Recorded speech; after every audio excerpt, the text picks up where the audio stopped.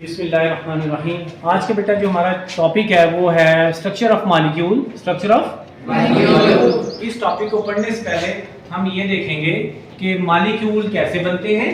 Molecule कैसे बनते हैं, मॉलिक्यूल क्या चीज़ है, मॉलिक्यूल कैसे बनते हैं, और एटमों से मिलकर जो मॉलिक्यूल बनता है वो एटम आपस में रिएक्ट क्यों करते हैं। Why do atom react, atom आपस में रिएक्ट क्यों करते हैं। तो एटम, अभी मैंने आपको बताया कि एटम आपस में रिएक्ट क्यों करते हैं। वो चाहते हैं हमारे अपनी शेल में 8 इलेक्ट्रॉन या 2 इलेक्ट्रॉन हो जाए।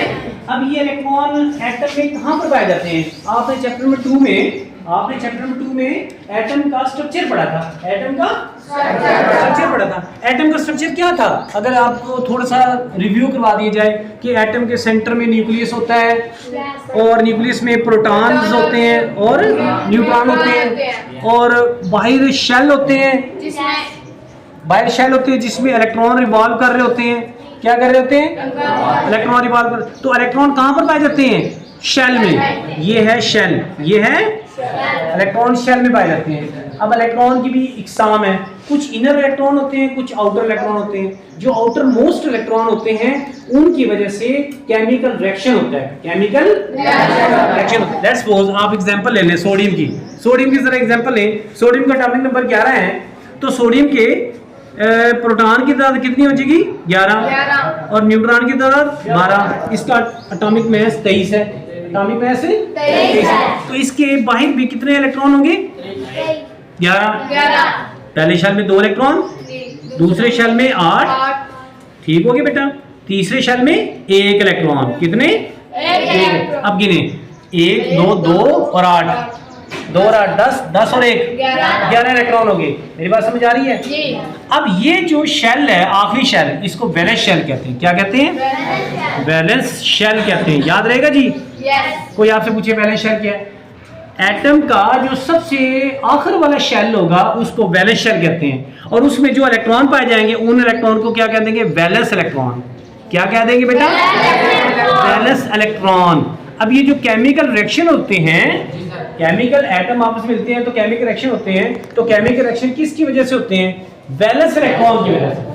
अब कल को कोई आपसे पूछे आपने क्या कहना है, वैलेंस इलेक्ट्रॉन की वजह। अगर ये जो अंदर वाले इलेक्ट्रॉन है, फिर इन इलेक्ट्रॉन को क्या कहेंगे, जो 2 ये हैं 8 ये हैं, इन इलेक्ट्रॉन को कहेंगे, इन इलेक्ट्रॉन को कहते हैं इनर इलेक्ट्रॉन। कौन से इलेक्ट्रॉन, इनर इलेक्ट्रॉन्स। तो आप बताइए मुझे, इलेक्ट्रॉन की कितनी किस्में आपने अभी तक पढ़ ली हैं, 2। इलेक्ट्रॉन 2 किस्म के होते हैं, एक वैलेंस इलेक्ट्रॉन और एक इनर इलेक्ट्रॉन। इनर इलेक्ट्रॉन की वजह, इनर का मतलब अंदर वाले, न्यूक्लियस के करीब पहले शेल वाले इलेक्ट्रॉन, और जो आखिरी शेल वाले इलेक्ट्रॉन होंगे उन्हें वैलेंस इलेक्ट्रॉन कहेंगे। क्या कहेंगे, तो वैलेंस इलेक्ट्रॉन की वजह से क्या होता है, केमिकल रिएक्शन होता है। वैलेंस इलेक्ट्रॉन की वजह से केमिकल रिएक्शन होता है। याद रहेगी ये बात। तो ये एटम का मैंने आपके सामने स्ट्रक्चर लिखा, इसमें हमने ये जानकारी की है कि एटम कहाँ पर पाए जाते हैं, शेल में। कहाँ पर पाए जाते हैं, शेल में। शाबाश जी। अब आगे चलें जी, जरा थोड़ा सा मूव करना तेजी के साथ, और आप सीरियस हो जाए, मेहरबानी करें। तो अब हमने आगे पढ़ना है कि मॉलिक्यूल कैसे बनते हैं। मॉलिक्यूल बेटा चैप्टर नंबर 1 में पढ़ा था हमने, मॉलिक्यूल एटम से मिलकर बनते हैं। किससे मिलकर बनते हैं, एटम से मिलकर। और एटम की डेफिनेशन क्या है, एटम बेसिकली लास्ट टाइम पढ़ाया था, एटम बेसिकली किसी एलिमेंट का बेसिक पार्टिकल जो जिसका वजूद जो इंडिपेंडेंट रह भी सकता है और नहीं भी रह सकता। ठीक है, it is the smallest particle of an element which can exist independently और नॉट, जिसका वजूद आजाद हालत में वो रह भी सकता है और नहीं भी रह सकता है। क्लियर। और ये इलेक्ट्रिकली क्या होता है, न्यूट्रल होता है। तो एटम की डेफिनेशन ये है। तो मॉलिक्यूल की डेफिनेशन क्या है, मॉलिक्यूल की तारीफ। मॉलिक्यूल किसी कंपाउंड या का वो स्मॉलेस्ट पार्टिकल है जिसका वजूद आजादाना होता है, जो आजाद रह सकता है, जो आजाद रह सकता है। और वो किससे मिलकर बनता है, by the combination of atom, by the combination of atom. तो कम से कम 2 एटम मिलेंगे तो क्या बनेगा, 3 मिल जाए, 4 मिल जाए, 5, जितने भी एटम मिल जाए, लेकिन कम से कम कितने एटम का मिलना जरूरी है, 2 एटम मिलेंगे तो वो मॉलिक्यूल बनाएंगे। अब मैंने आपसे अभी क्वेश्चन अभी आपको जवाब दिया कि मॉलिक्यूल क्यों, एटम आपस में क्यों मिलते हैं। क्योंकि वो चाहते हैं कि वो चाहते हैं हमारी आखिरी शेल में 8 या 2 इलेक्ट्रॉन हो, 8 या 2 इलेक्ट्रॉन होते हैं। क्लियर? और पूरे पीरियोडिक टेबल में कितने एलिमेंट मैंने बताया? 118 में से कितने एलिमेंट हैं जो चाहते हैं हमारी आखिरी शेल में कितने इलेक्ट्रॉन हो? 116 एलिमेंट है, जो 116 एलिमेंट चाहते हैं हमारी आखिरी शेल में 8 इलेक्ट्रॉन पूरा हो जाए। तो जो जब वो एलिमेंट अपने आखिरी शेल में 8 इलेक्ट्रॉन पूरे करता है, उस रूल को हम कहते हैं ऑक्टेट रूल। क्या कहते हैं? Octet rule. याद रहेगा? ऑक्टेट रूल कहते हैं, याद रहेगा बेटा जानी? Octet rule. और जब कोई एटम, 2 एटम ऐसे हैं, हाइड्रोजन और हीलियम, वो जाते हैं हमारे आखिरी शेल में 2 इलेक्ट्रॉन हो। कितने इलेक्ट्रॉन हो जाए? हीलियम के आखिरी शेल में पहले से 2 इलेक्ट्रॉन होते हैं, लेकिन हाइड्रोजन के आखिरी शेल में हाइड्रोजन के पास होता ही 1 इलेक्ट्रॉन है, क्योंकि हाइड्रोजन का एटॉमिक नंबर ही 1 होता है। तो वो चाहते हैं मेरे आखिरी शेल में 2 इलेक्ट्रॉन हो जाए, तो वो 1 इलेक्ट्रॉन को या तो सेट करेगा या इलेक्ट्रॉन दे देगा, या म्यूचुअल शेयरिंग करेंगे। तो इसलिए वो जिस रूल के तहत 2 इलेक्ट्रॉन अटेन करेगा वैलेंस शेल में, किस शेल में? तो वो उस रूल को कहते हैं डुप्लेट रूल। क्या कहते हैं बेटा? याद रहेगा, डुप्लेट रूल और ऑक्टेट रूल से क्या मुराद है? पेपर में आ जाएगा। व्हाट इज ऑक्टेट रूल और डुप्लेट रूल? जब कोई एटम अपनी आखिरी शेल में किसी तरह से 8 इलेक्ट्रॉन पूरे कर ले, तो उस रूल को ऑक्टेट रूल कहते हैं। और जब कोई एटम अपने आखिरी शेल में किसी तरह से 2 इलेक्ट्रॉन पूरे कर ले, तो उस रूल को डुप्लेट रूल कहते हैं। डुप्लेट का मतलब 2, ऑक्टेट का मतलब 8। याद रहेगा? ये क्वेश्चन पेपर में आता है। What is octet rule and duplet rule? ये 2 नंबर का क्वेश्चन आता है, तो ये आप समझ पाए इस क्वेश्चन को? ठीक है। अगर कोई एटम अपनी आखिरी शेल में 8 इलेक्ट्रॉन पूरे कर ले, उस रूल को कहते हैं ऑक्टेट रूल। और अगर कोई एटम किसी तरह से अपने आखिरी शेल में 2 इलेक्ट्रॉन अटेन कर ले, उस रूल को डुप्लेट रूल कहते हैं। क्लियर होगी बात? अब एटम क्यों मिलते हैं आपस में? वो ये चाहते हैं हमारे एटम में 2 या 8 इलेक्ट्रॉन पूरे हो जाएं। क्लियर होगी बात? अब मैं आपको आगे बताऊंगा। आगे एटम आपस में जो मिलते हैं, वो एटम और रिएक्ट, एटम आपस में रिएक्ट करते हैं। ये समझ आ गई हमें? क्लियर होगी? कम से कम कितने एटम होने चाहिए? 2 से ज्यादा भी हो सकते हैं जी, हो सकते हैं। ओके, अब हमने आगे बढ़ना है वेव्स के वो कितने तरीके हैं एटम के मिलने के। कितने तरीके हैं? एटम कितने तरीकों से मिल सकता है? एटम 3 तरीकों से मिल सकता है। एटम आपस में 3 तरीकों से। एक एटम दूसरे एटम के साथ कितने तरीकों से मिल सकता है? 3 तरीकों से। या तो वो इलेक्ट्रॉन को लूज करेगा, लूज ऑफ इलेक्ट्रॉन करके। अब ये कौन सा इलेक्ट्रॉन है? वैलेंस शेल में। जो वैलेंस शेल में इलेक्ट्रॉन पाया जाता है, वो इलेक्ट्रॉन लूज करेगा, या उस वैलेंस शेल में जो इलेक्ट्रॉन है उसको कहीं और से वैलेंस शेल में इलेक्ट्रॉन गेन कर लेगा। Gain of electron. क्या जी? Gain of electron. या फिर तीसरा तरीका क्या हम इस्तेमाल करेंगे? Sharing of electron. कौन सा जी? और शेयरिंग भी कैसी? Mutual sharing. कौन सी sharing? Mutual sharing of electron. Mutual sharing of electron. तो आप बताइए, एटम आपस में जो रिएक्ट करते हैं वो कितने तरीके से करते हैं? 3 तरीके से। या जो लूज ऑफ इलेक्ट्रॉन, इलेक्ट्रॉन को अपने वैलेंस शेल से लूज कर देते हैं, या वैलेंस शेल में इलेक्ट्रॉन हासिल कर लेते हैं कहीं किसी दूसरे एटम से, या फिर दोनों एटम आपस में इलेक्ट्रॉन को शेयर करेंगे। और शेयरिंग करेंगे कैसी? Mutual sharing. म्यूचुअल का मतलब अगर एक एटम 1 इलेक्ट्रॉन दे रहा है तो दूसरा एटम भी 1 इलेक्ट्रॉन देगा। अगर एक एटम 2 इलेक्ट्रॉन दे रहा है तो दूसरा एटम भी 2 इलेक्ट्रॉन देगा। अगर एक एटम 3 इलेक्ट्रॉन की पार्टिसिपेशन कर रहा है तो दूसरा एटम भी 3 इलेक्ट्रॉन देगा। तो इसके नतीजे में जो बॉन्ड बनेगा उसको हम कोवेलेंट बॉन्ड कहेंगे, बाद में पढ़ेंगे। लेकिन ये जो म्यूचुअल शेयरिंग हुई है, इसको शेयरिंग हुई है, इसको क्या कहेंगे? Mutual sharing. अब इसकी एग्जांपल मैं आपको आसान लफ्जों में देता हूं। 2 बच्चे हैं, रिसेस के वक्त हुआ क्या है, दोनों के पास, एक के पास 10 रुपए और दूसरे के पास कोई पैसे नहीं है। अब कुल्फी इन्होंने खानी है रिसेस में, तो क्या करेंगे? अगर इनमें सलूक होगा तो ये बच्चा कहेगा चलो कुल्फी मैं अपने पैसों की ले लेता हूँ, ये एक आइटम है, ये भी एक आइटम है, तो मिलकर हम आधी आधी खा लेते हैं। तो क्या ये रोजाना ऐसा करेगा बच्चा? नहीं। तो होता ये जो शेयरिंग हुई है ये है सिंपल शेयरिंग, सादा शेयरिंग। म्यूचुअल शेयरिंग से क्या मुराद है? म्यूचुअल का मतलब है जितने पैसे इसने डालने हैं उतने पैसे ये डालें। तो 5 रुपए अगर ये डालेगा तो 5 रुपए ये डालेगा तो कितने हो जाएंगे? 10 रुपए। अब 10 रुपए की लेंगे कुल्फी या कोई भी चीज लेंगे तो, और उसको कर लेंगे हाफ हाफ। क्या कर लेंगे? हाफ। इसी तरह से दूसरी एग्जांपल समझिए, ये हमारा कमरा है, ये हमारी क्लासरूम है, साथ वाली क्लासरूम है, उसकी ये वाली जो वॉल है, दीवार है, ये दोनों की एक ही सांझी दीवार है। तो ये वो भी इस्तेमाल कर रहे हैं उस तरफ से और हम भी इस तरफ से ये दीवार इस्तेमाल कर रहे हैं। कैसे कर रहे हैं? हमने व्हाइट बोर्ड लगाया हुआ है एंड ये एनर्जी सेवर है, चार्ट है और हमारी अलमारी इस तरह वहाँ उस तरफ भी होगा। तो दोनों एक ही दीवार को यूज करें, दोनों कमरे वाले। तो ये क्या हुआ, ये दीवार क्या हुई, ये किस तरह बनी है? म्यूचुअल शेयरिंग से।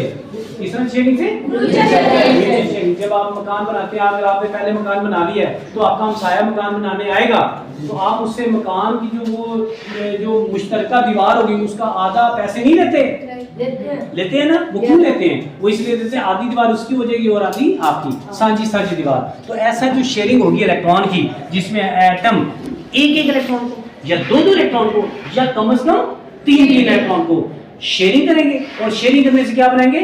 बॉन्ड बनाएंगे। एटम क्या करते हैं? शेयरिंग करके बॉन्ड बनाते हैं और उस बॉन्ड को क्या कहते हैं? Covalent bond. तो भाई बताइए, एटम आपस में कितने तरीकों से मिलना चाहते हैं? 3 तरीकों से। पेपर में अगर क्वेश्चन आ गया तो लिख लेंगे कि write down the 3 ways in which atom are react. आपने कहना by the lose of electron, by gaining of electron or by mutual sharing of electron। Clear होगी बात? ये लिख लेंगे। अब आगे चलते हैं। इलेक्ट्रॉन मैंने ऊपर लिखा है टाइप ऑफ इलेक्ट्रॉन। ये सारी बातें पढ़ाने के बाद मैं उस तरफ जाऊंगा, फिर मतलब उसकी समझ नहीं है कि हमारा मेन टॉपिक केमिकल बॉन्ड है। हमारा मेन टॉपिक केमिकल बॉन्ड है। अब अगली बात आ गई है। अगली बात क्या है? बॉन्ड। अगली बात हमने पढ़नी है टाइप ऑफ इलेक्ट्रॉन। मैंने लिखा है टाइप ऑफ इलेक्ट्रॉन। इलेक्ट्रॉन की कितनी टाइप्स होती है? अभी मैंने आपको बताया 2 टाइप्स होती है, इनर इलेक्ट्रॉन और आउटर इलेक्ट्रॉन। ये तो है एक शेल के वाले से कि अगर अंदर वाले शेल में इलेक्ट्रॉन होंगे तो इनर इलेक्ट्रॉन और अगर आउटर मोस्ट शेल में इलेक्ट्रॉन होगा तो उसे आउटर मोस्ट इलेक्ट्रॉन कहते हैं। बेटा तवज्जो करें प्लीज, सब लड़के तवज्जो करें। चलिए जी, तो इलेक्ट्रॉन, अब जो इलेक्ट्रॉन बॉन्ड बनाने में हिस्सा लेते हैं, वो इलेक्ट्रॉन जो बॉन्ड बनाने में हिस्सा लेते हैं उन इलेक्ट्रॉन को हम कहते हैं बॉन्डिंग इलेक्ट्रॉन। क्या कहते हैं? Bonding electron. और वो इलेक्ट्रॉन जो बॉन्ड बनाने में हिस्सा नहीं लेते उन्हें कहते हैं नॉन बॉन्डेड इलेक्ट्रॉन। कितना आसान है बात, नॉन बॉन्डेड इलेक्ट्रॉन। अब इसकी एग्जांपल से मैं आपको इसको समझाता हूँ, फिर आपको इंशाल्लाह इसकी समझ आ जाएगी। चलिए आगे एग्जांपल के लिए देखिए बेटा, एग्जांपल आपके पास है हाइड्रोक्लोरिक एसिड की। हाइड्रोक्लोरिक एसिड की एग्जांपल मैं सिर्फ एक ले रहा हूँ, उसके बाद हम आगे अपना टॉपिक में स्टार्ट करेंगे।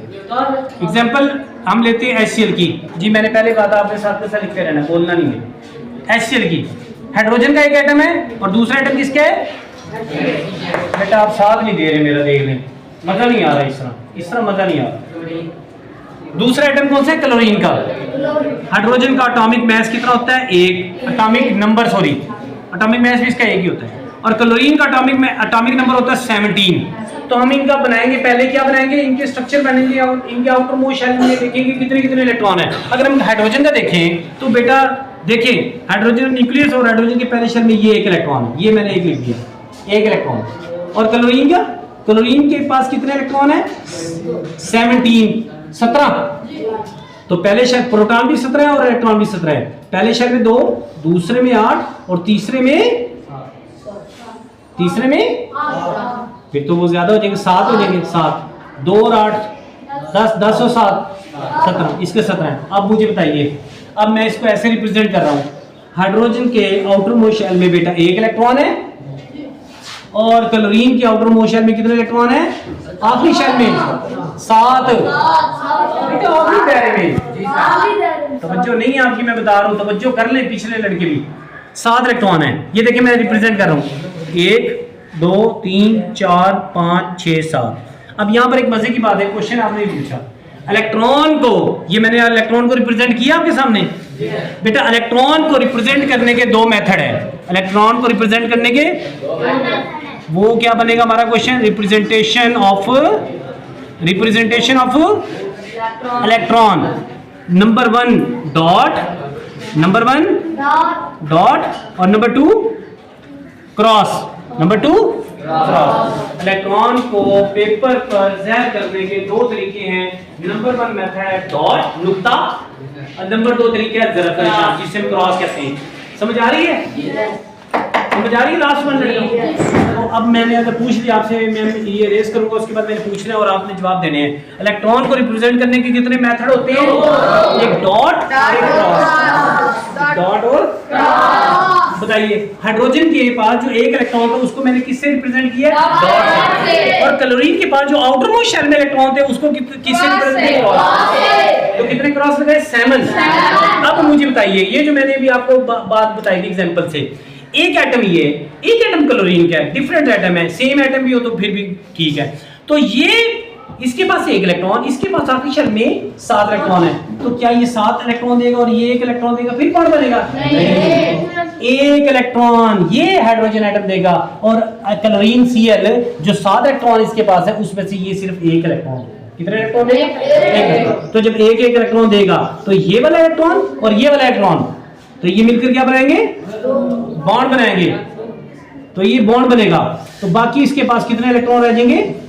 6 बाकी रह जाएंगे। अब आइए ये जो मैंने ऊपर बात लिखी है बॉन्डेड इलेक्ट्रॉन और नॉन बॉन्डेड इलेक्ट्रॉन, किन इलेक्ट्रॉन ने बॉन्ड बनाने में हिस्सा लिया है?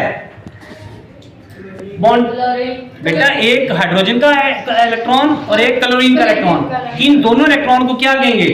बॉन्डेड, क्योंकि इन्होंने बॉन्ड बनाया है। और हमेशा याद रखिए 2 इलेक्ट्रॉन हमेशा एक बॉन्ड बनाते हैं। एक बॉन्ड कितने इलेक्ट्रॉन से मिलकर बनता है? दोबारा से एक बॉन्ड, एक केमिकल बॉन्ड कितने एटम से मिलकर बनता है? एक एटम का और एक दूसरा इलेक्ट्रॉन दूसरे एटम का। क्लियर? तो ये जो मैंने लाइन आपके सामने बनाई है ये इसको कहते हैं बॉन्ड पेयर। क्या कहते हैं? बॉन्ड पेयर कहते हैं।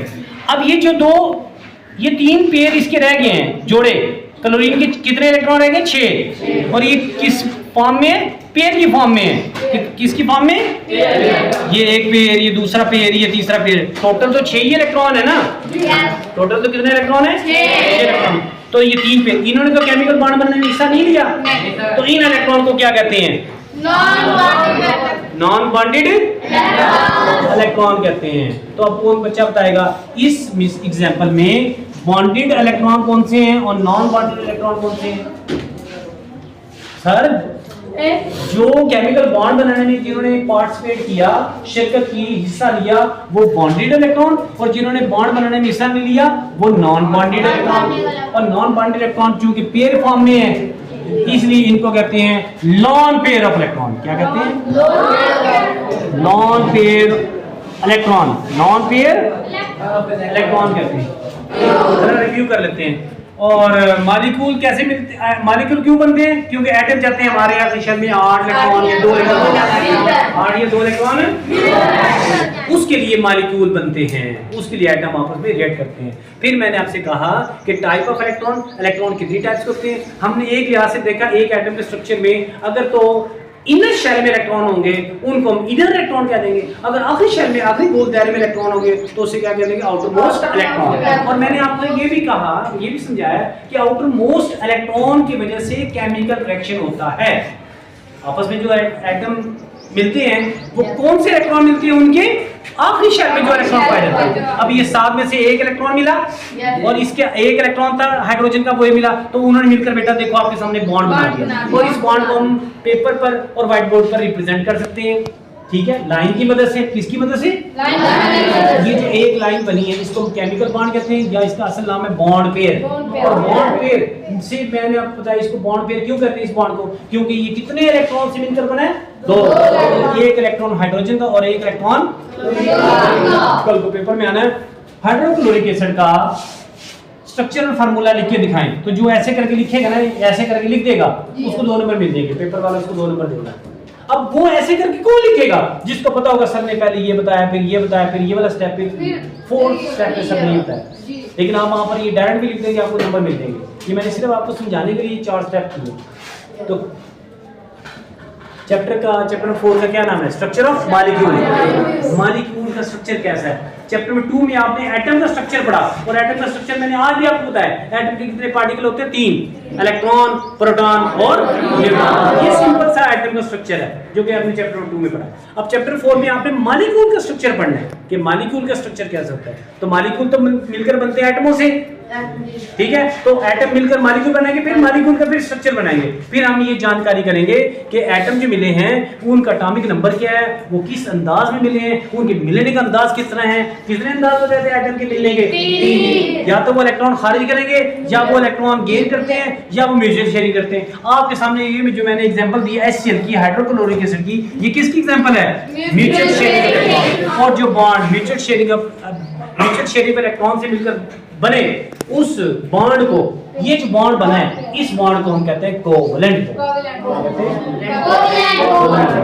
क्लियर होगी बात? बातें पढ़ने के बाद हम आगे चलते हैं अब केमिकल फोर्सेस और केमिकल बॉन्ड। अब बॉन्ड क्या होता है, शुरू में बताया था, जैसे दो एटमों को जोड़ने के लिए क्या चाहिए,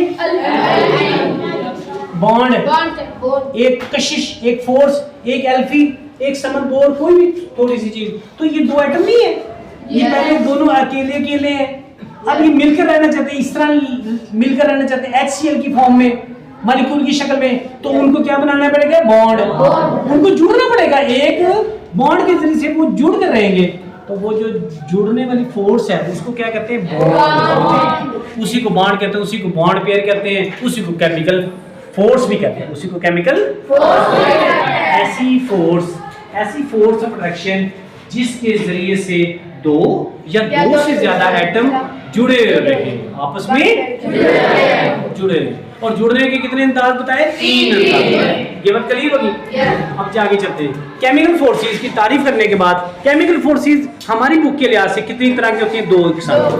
एक होती है बेटा intra molecular forces, be careful, और एक है इंटर मॉलिक्यूलर फोर्सेस। मैंने आपके सामने इंग्लिश में लिखा है, ये लिखा मैंने लफ्ज इंट्रा और ये लफ्ज लिखा मैंने इंटर। बाकी तो आगे मॉलिक्यूल और फोर्सेस है, इसमें फर्क है बेटा, इसमें फर्क है, बता दूं जरा जल्दी से। इंट्रा मॉलिक्यूलर फोर्सेस वो फोर्सेस जो 2 या 2 से ज्यादा एटमों के दरमियान में पाई जाए, जो 2 या 2 से ज्यादा अमंग द एटम्स, जो एटम्स के दरमियान में जो फोर्स पाई जाएगी, उस फोर्सेस को इंट्रा मॉलिक्यूलर फोर्सेस कहते हैं। करिए बेटा, तो इंटर मॉलिक्यूलर फोर्सेस वो फोर्सेस जो 2 या 2 से ज्यादा मॉलिक्यूल्स के दरमियान में पाई जाएगी, 2 या 2 से ज्यादा मॉलिक्यूल के दरमियान पाई जाएगी। कितनी आसान डेफिनेशन है, दोनों में फर्क भी पता चल जाएगा आपको।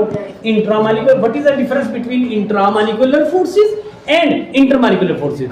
Intramolecular forces are that kind of forces which are present among the atoms, जो एटमों के दरमियान में हो, जो और वो फोर्सेस, इंटरमॉलिक्यूलर फोर्सेस वो फोर्सेस जो मॉलिक्यूलों के दरमियान, जो 2 या 2 से ज्यादा अब क्लियर होगी। इसको क्या कहते हैं, इंटरमॉलिक्यूलर फोर्सेस। अब उसकी एग्जांपल से मैं आपको ये बातें समझाता हूं बेटा, ये वाली दोनों बातें ना मैं एक बात बड़ी तफसील से बता रहा हूं, फिर मैं आगे जा रहा हूं, वरना मैं आगे बढ़ता ही नहीं है इस तरह। चलिए शाबाश, ये दोनों चीजें समझनी है। हमने अपनी एग्जांपल क्या ली थी, HCl। मैं ये एग्जांपल लेता हूं बेटा आपके लिए, तवज्जो है? आगे शाबाश, वेरी गुड। ये बात हुई ना HCl, बताइए जी H और Cl के दरमियान में एक बॉन्ड था, बना था ना बेटा? ये पूरा क्या है, एक मॉलिक्यूल है। अच्छा, एक मैं और मॉलिक्यूल लेता हूँ, HCl का एक और मॉलिक्यूल है, H और Cl, और ये एटम और ये एटम, इनके दरमियान में भी ये बॉन्ड है। बताइए जब ये 2 एटम है, इनके दरमियान में बॉन्ड, ये भी उसी तरह के 2 एटम है और उनके दरमियान में बॉन्ड, ये जो एटमों के दरमियान में बॉन्ड पाया जाएगा, यानी फोर्स पाई जाएगी, उस फोर्स को क्या कहेंगे, intramolecular force among the atom. Clear हो बात? अब बेटा जिस तरह ये मॉलिक्यूल है, पहले एटमों ने 2 एटमों ने मिलकर मॉलिक्यूल बनाया, ये भी 2 एटमों ने मिलकर मॉलिक्यूल बनाया। अब मॉलिक्यूल भी आपस में चाहते हैं कि हम भी मिलकर रहें, हम भी मिलकर रहें, तो वो उनके दरमियान में भी तो एक फोर्स होगी, फोर्स ऑफ अट्रैक्शन होगी। उस फोर्स को कैसे जाहिर करेंगे और उस फोर्स को क्या कहेंगे, उस फोर्स को मैसेज जाहिर करेंगे। ये देखिए मैंने ये जरा थोड़ा आपके लिए रेज कर रहा हूं। अब क्लोरीन, पहले मॉलिक्यूल का क्लोरीन एटम और दूसरे मॉलिक्यूल का हाइड्रोजन एटम के दरमियान में बेटा एक फोर्स, न्यू फोर्स डेवलप होगी और उस फोर्स को हम डॉटेड लाइन से शो करेंगे। किससे? नुक्तेदार लाइन से जाहिर करेंगे, और इस नुक्तेदार लाइन को हम कहते हैं इंटरमॉलिक्यूलर फोर्सेस। इंटरमॉलिक्यूलर जी, ये क्या चीज है, मॉलिक्यूल। ये क्या चीज है, मॉलिक्यूल। कितने होंगे मालिक्यूल? दो या दो से ज्यादा, तो दो मालिक्यूल। अब दो मालिक्यूलों के दरमियान में जो एक ताकत, एक रस्सी है, उसको हमने डॉटेड लाइन से शो की है। इस फोर्स को क्या कहेंगे? Inter molecular forces. अब इसमें एक और फर्क बता दूं, यहां तक आपने क्या सीखा अभी तक? आपने इंट्रामालिक्यूलर फोर्सेस और इंटरमालिक्यूलर फोर्सेस की डेफिनेशन पढ़ी है कि इंटरमालिक्यूलर फोर्सेस एटमों के दरमियान में पाई जाती है और इंटरमालिक्यूलर फोर्सेस मालिक्यूलों के दरमियान में। एक बात मैंने पढ़ी है। दूसरी बात आपने पढ़ी है कि इंट्रामालिक्यूलर फोर्सेस को, एटमों के दरमियान में जो बॉन्ड पाया जाएगा उस फोर्सेस को हम क्या कहेंगे? इंट्रामालिक्यूलर फोर्सेस। और जब दो मालिक्यूल के दरमियान में बॉन्ड पाया जाएगा उसे इंटरमालिक्यूलर फोर्सेस। एक फर्क। दूसरा फर्क कि इंट्रामालिक्यूलर फोर्सेस को हम एक पूरी लाइन से ज़ाहिर करते हैं, पूरी लाइन, उसको बॉन्ड भी कह रहे हैं। और जब मालिक्यूल के दरमियान में जो बॉन्ड पाया जाता है, जो कशिश पाई जाती है, जो फोर्स ऑफ अट्रैक्शन पाई जाती है, उसको नुक्तेदार लाइन से। तो दूसरा फर्क ये हो गया कि इंट्रामालिक्यूलर फोर्सेस को बॉन्ड से शो करते हैं जबकि इंटरमालिक्यूलर फोर्सेस को नुक्तेदार लाइन से शो करते हैं। ये दूसरा फर्क हो गया। तीसरा फर्क बता दूं, तीसरा फर्क ये है कि इंट्रामालिक्यूलर फोर्सेस मजबूत होती है, बहुत ज्यादा मजबूत होती है as compare to intermolecular forces. Intermolecular forces weak होती है, जैसे कि आप शो कर रहे हैं, देख लें, ये रस्सी का टूटना, टुकड़े टुकड़े, ये मतलब कमजोर, ये ताकतवर, ये फोर्स ऑफ अट्रैक्शन ताकतवर है और ये फोर्स ऑफ अट्रैक्शन। अब ये फर्क पता चल गया आपको? और भी फर्क है, बस तीन फर्क होते हैं। अगर आपसे पूछा जाए पेपर में, what is the difference between intramolecular forces और इंटरमालिक्यूलर फोर्सेस, आप ये तीन फर्क बता देंगे। क्लियर हो बेटा? तो ये आपके सामने मैंने आपको बता दिया। तो ये अब ये जो मैंने आपको तीन वेज लिखे थे यहाँ पर, ये तीन वेज। पहला इंट्रामालिक्यूलर फोर्सेस की बात कर लेते हैं। इंट्रामालिक्यूलर फोर्सेस या जो बॉन्ड है वो बेटा मजीद इसकी चार टाइप्स हैं। हमारी बुक के मुताबिक कितनी टाइप्स हैं? Number 1 ionic bond, covalent bond, coordinate covalent bond, metallic bond. Clear हो गई बात? इंट्रामालिक्यूलर फोर्सेस की कितनी टाइप्स हैं? दो टाइप है। और ये चारों की चारों टाइप्स में जो बॉन्ड पाया जाएगा वो मजबूत तरीन बॉन्ड होगा बनिस्बत इनके, बनिस्बत इनके। अच्छा, इंटरमालिक्यूलर फोर्सेस जो है वो हमारी बुक में दो तरह की है। कितनी तरह की? दो तरह की। एक डाइपोल इंटरेक्शन, या जिसे हम वंडरवाल फोर्सेस कहते हैं, यानी इसका कलेक्टिवली नाम जो है, मजमूई तौर पर जो इसका नाम होता है वो वंडरवाल फोर्सेस है। बेटा वंडरवाल एक साइंटिस्ट का नाम था जिसने ये फोर्सेस जो है वो डिस्कवर की थी। इस वजह से इन्हें क्या कहते हैं? वंडरवाल फोर्सेस कहते हैं। और दूसरी फोर्स है, दूसरी अट्रैक्शन है हाइड्रोजन बॉन्डिंग। हाइड्रोजन बॉन्डिंग, पानी में हाइड्रोजन बॉन्डिंग पाई जाती है। अब टाइम की कमी की वजह से मैं आपको मजीद, ये जो डाइपोल अट्रैक्शन है ये मुस्तकिल भी हो सकती है, सॉरी, और टेम्परेरी भी हो सकती है, मतलब आर्जी भी हो सकती है। जबकि हाइड्रोजन बॉन्डिंग हमेशा परमानेंट होती है। क्या होती है? परमानेंट होती है, याद रहेगा। Van der Waals dipole attraction. आगे मजीद इसकी मजीद 6-7 किस्में हम फर्स्ट ईयर सेकंड ईयर में इंशाल्लाह पढ़ेंगे। इसको ये जो फोर्सेस होती हैं, क्योंकि परमानेंट भी हो सकती हैं, क्या होती हैं? परमानेंट भी हो सकती है, यानी मुस्तकिल, और ये टेम्परेरीली भी हो सकती हैं, टेम्पोरेरी। याद रहेगा बेटा? जबकि हाइड्रोजन बॉन्डिंग हमेशा क्या होती है? परमानेंट। क्या होती है? परमानेंट होती है। क्या होती है बेटा जनी? पानी में जो हाइड्रोजन बॉन्डिंग पाई जाएगी वो परमानेंट हाइड्रोजन बॉन्डिंग पाई जाएगी। अब क्लियर होगी बात? अब मैंने आपको कोवलेंट बॉन्ड तो बता दिया, इसकी चार टाइप्स बता दी है। आयनिक बॉन्ड की हल्की सी बात कर लेते हैं, फिर आगे चलते हैं। ये जो आपने तीन तरीके लिखे थे कि इलेक्ट्रॉन खारिज करके इलेक्ट्रॉन देकर, तीन तरीकों में से एक तरीका तो आपने पढ़ लिया, मैं दोबारा लिखता हूँ इसको बेटा। Veg, 3 veg. नंबर 1 वेज हमारा था लूज ऑफ इलेक्ट्रॉन, कौन सा था? लूज ऑफ, शाबाश, lose of electron, gain of electron.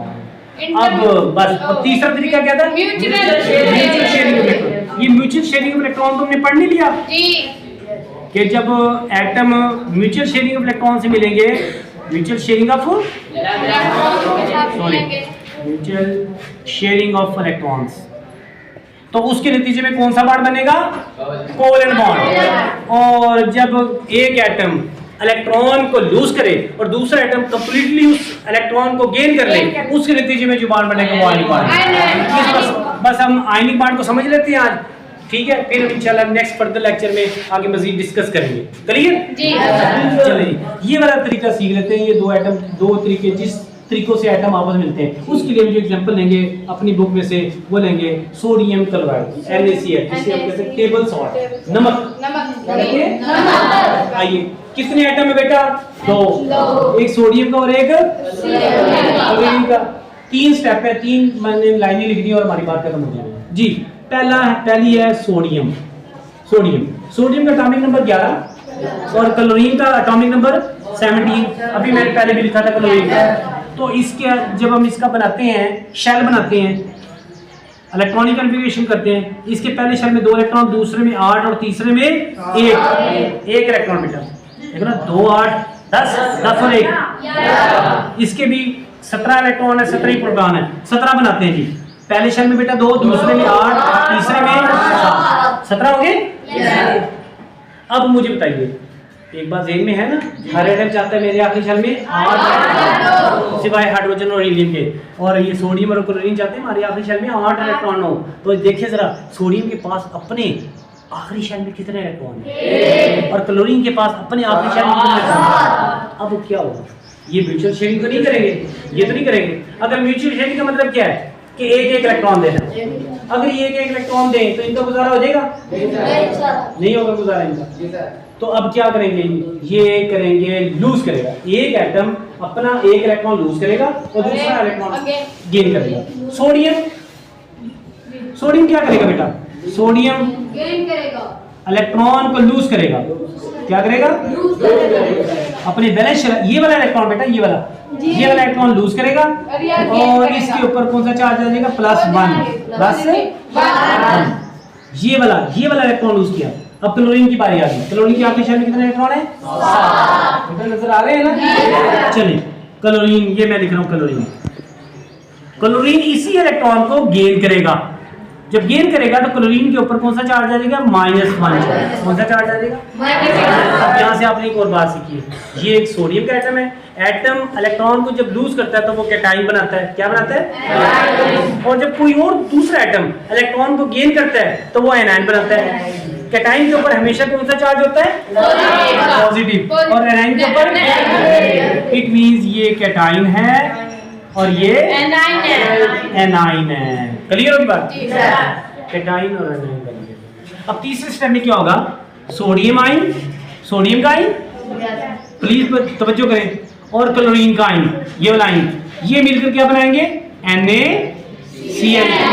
अब आप कहेंगे सर जी यहाँ तो आपने बॉन्ड दो एटमों के दरमियान में, जैसे पहले HCl के दरमियान में आपने बॉन्ड शो किया था ऐसे करके, H और Cl के दरमियान में मैंने बॉन्ड बनाया था ना आपके सामने, व्हाइट बोर्ड पर इस पर बनाया था ना। कोवलेंट बॉन्ड को पेपर पर और व्हाइट बोर्ड पर बेटा रिप्रेजेंट कर सकते हैं, लेकिन आयनिक बॉन्ड को रिप्रेजेंट नहीं कर सकते। इसका क्या क्यों नहीं कर सकते? आपने सवाल पूछ रहे थे क्यों नहीं कर सकते इसको? क्योंकि ये आयनों से मिलकर बनता है। इससे मिलकर बनता है। जब एक एटम, अब इसकी आयनिक बॉन्ड की डेफिनेशन देखिए, आयनिक बॉन्ड की डेफिनेशन, आयनिक बॉन्ड बनते किस तरह? जब एक एटम मुकम्मल तौर पर वैलेंस शेल से इलेक्ट्रॉन खारिज करे और दूसरा एटम उसी इलेक्ट्रॉन को मुकम्मल तौर पर हासिल कर ले, तो खारिज करने और हासिल करने के नतीजे में जो आयंस बनेंगे, और सीधी सी बात है, एक आयन पॉजिटिव होगा और एक आयन नेगेटिव। उन आयंस के दरमियान में जो बॉन्ड बनेगा ना, वो इंतहाई स्ट्रॉन्गेस्ट बॉन्ड होगा और उस बॉन्ड को हम क्या कहेंगे? आयनिक बॉन्ड कहेंगे। Ionic bond. और इसको हम पेपर पर या व्हाइट बोर्ड पर रिप्रेजेंट नहीं कर सकते। और ये जो बॉन्ड बनेगा स्ट्रॉन्गेस्ट बॉन्ड क्यों का है? क्योंकि ये जो आयंस मुकम्मल, ये फुली चार्जेस आयन है, पॉजिटिव फुली चार्ज और नेगेटिव फुली चार्ज आयन है, इसके दरमियान में जो बॉन्ड बनेगा वो आयनिक बॉन्ड। ये बिल्कुल इसी तरह से जिस तरह मैंने आपको लास्ट टाइम बताया था कि एक बनता है सोडियम और दूसरा बनता है क्लोरीन। क़यामत के दिन इसके पास एक नेकी है और इसके पास एक नेकी की कमी है। इसके पास 8 नेकी होनी चाहिए, इसके पास भी 8 होनी चाहिए, लेकिन इसके पास एक नेकी है, 7 बुराई हैं। तो क्या इसको कोई अपनी नेकियां दे देगा? नहीं। तो ये सोडियम क्या करेगा? ये सोडियम एक इलेक्ट्रॉन क्लोरीन को दे देगा, क्लोरीन इलेक्ट्रॉन लेकर अल्लाह ताला के पास जाएंगे, अल्लाह ताला से कहेगा मुझे एक नेकी मिल गई है, तो अल्लाह ताला क्लोरीन से फरमाएंगे क्लोरीन तू उस बंदे को लेकर आ जिसने तुझे नेकी दी है, यानी एक इलेक्ट्रॉन दिया है, तो क्लोरीन फिर दोबारा से सोडियम के पास जाएगा और सोडियम को लेकर आएगा अल्लाह ताला के हुजूर और पेश होगा, और अल्लाह ताला सोडियम से कहेगा क्या तू आज मुझसे ज्यादा सखी है, क्या तू आज मुझसे ज्यादा सखी है, मैं ही सबसे ज्यादा सखी हूं, अल्लाह ही सबसे ज्यादा सखी है। तो फिर अल्लाह ताला कहेंगे अगर तूने इसको एक नेकी दे दी, आज के दिन भी तूने नेकी दी, ये वो वाला दिन होगा क़यामत में जिसमें ना माँ बेटी को पहचानेगी, ना बेटी माँ को पहचानेगी, ना बाप बेटे को पहचानेगा, ना बाप बेटे को, और लेने देने वाला तो मामला बहुत दूर कर रहा, नेकियां देने या बुराइयां लेने का मामला तो बहुत दूर कर रहा। तो ये फिर अल्लाह ताला सोडियम से कहेगा चल तू भी जन्नत में जा क्लोरीन के साथ, लेकिन शर्त एक है, लेकिन कि क्लोरीन के साथ ही रहना है, मिलकर एक ही घर में रहना है। तो फिर ये क्या करेंगे, पहले तो अलग अलग थे ना, फिर ये NaCl की शक्ल में रहेंगे, और जो आप घर में नमक खाते हैं वो किस फॉर्म में होता है, वो NaCl, वो उस एक दाने के अंदर कई फार्मूला यूनिट्स होते हैं NaCl के। क्लियर होगी बात। तो आयनिक बॉन्ड की डेफिनेशन क्या बनी, ऐसी बॉन्डिंग जो एक एटम के इलेक्ट्रॉन के देने से और दूसरे एटम के इलेक्ट्रॉन के लेने से मुकम्मल तौर पर बनता है, उस बॉन्ड को आयनिक बॉन्ड कहते हैं। उस बॉन्ड को क्या कहते हैं, आयनिक बॉन्ड कहते हैं। क्लियर। और कोवेलेंट बॉन्ड की डेफिनेशन क्या थी, ऐसा बॉन्ड जो इलेक्ट्रॉन की म्यूचुअल शेयरिंग से बने, जो इलेक्ट्रॉन के म्यूचुअल शेयरिंग से बने। तो बस आगे कोवेलेंट बॉन्ड की मैं आपको बता दूं, आगे बातें बता देता हूं। कोवेलेंट बॉन्ड की बेटा मजीद आगे 3 टाइप्स हैं। कितनी टाइप्स हैं? 3 types. Single covalent bond, single double covalent bond और ट्रिपल कोवेलेंट बॉन्ड। और बेटा कौन सा बॉन्ड है? Triple covalent bond. तवज्जो है। अभी आपके सामने H और Cl के दरमियान जो एक कितने बॉन्ड बने, एक। इसका मतलब है हम ये कोई आपसे पूछे HCl में कौन सा बॉन्ड पाया जाता है, आप कहेंगे सिंगल बॉन्ड पाया जाता है। कौन सा बॉन्ड पाया जाता है? Single bond. अब मैं आपके सामने डबल बॉन्ड की एग्जांपल लिख रहा हूं, ऑक्सीजन की। ऑक्सीजन का एटम जो है ना O2, उसके दरमियान में डबल बॉन्ड पाया जाता है। कितने बॉन्ड पाए जाते हैं? ये कैसे पाए जाते हैं ये आप बाद में आपको समझाएंगे। इसी तरह से ट्रिपल कोवेलेंट बॉन्ड, नाइट्रोजन की एग्जांपल ले लें। नाइट्रोजन और नाइट्रोजन के मॉलिक्यूल के दरमियान में ट्रिपल कोवेलेंट बॉन्ड पाया जाता है। कौन सा बॉन्ड पाया जाता है? ट्रिपल कोवेलेंट बॉन्ड पाया जाता है। तो बताइए बेटा कोवेलेंट बॉन्ड की कितनी टाइप्स होगी? 3। Single covalent bond, double covalent bond और ट्रिपल कोवेलेंट बॉन्ड। ये क्या मैंने आपको नहीं बताया था अभी भी कि एटम चाहते हैं या तो वो एक इलेक्ट्रॉन म्यूचुअल शेयरिंग करेंगे, या 2 इलेक्ट्रॉन, या फिर 3 इलेक्ट्रॉन। ठीक है। तो अब अगर इसकी डेफिनेशन आगे पेपर में आप कर लेंगे, सिंगल कोवेलेंट बॉन्ड से क्या मुराद है? ऐसा बॉन्ड जिसमें दोनों एटम एक इलेक्ट्रॉन का बामी इश्तराक करें, ऐसे बॉन्ड को क्या कहते हैं? Mutual single bond. Double bond की डेफिनेशन क्या होगी? डबल कोवेलेंट बॉन्ड, ऐसा बॉन्ड जिसमें 2 एटम दो इलेक्ट्रॉन का बामी इश्तराक करें, ऐसे बॉन्ड को डबल कोवेलेंट बॉन्ड कहते हैं। और ट्रिपल कोवेलेंट बॉन्ड, ऐसा बॉन्ड जिसमें 2 एटम 3 इलेक्ट्रॉन को का बामी इश्तराक करें, और उसके नतीजे में जो बॉन्ड बनेगा उस बॉन्ड को क्या कहते हैं? Triple covalent bond. आपके सामने मैंने देखो ये एक लाइन लगाई सिंगल कोवेलेंट बॉन्ड, इनमें 2 लाइनें तो डबल कोवेलेंट बॉन्ड, इनमें 3 बॉन्ड पेयर है तो ये ट्रिपल कोवेलेंट बॉन्ड। ये है एक ही बॉन्ड, ये है एक ही बॉन्ड। क्लियर है बात? चलो जी, सुभान अल्लाह। कोई क्वेश्चन है तो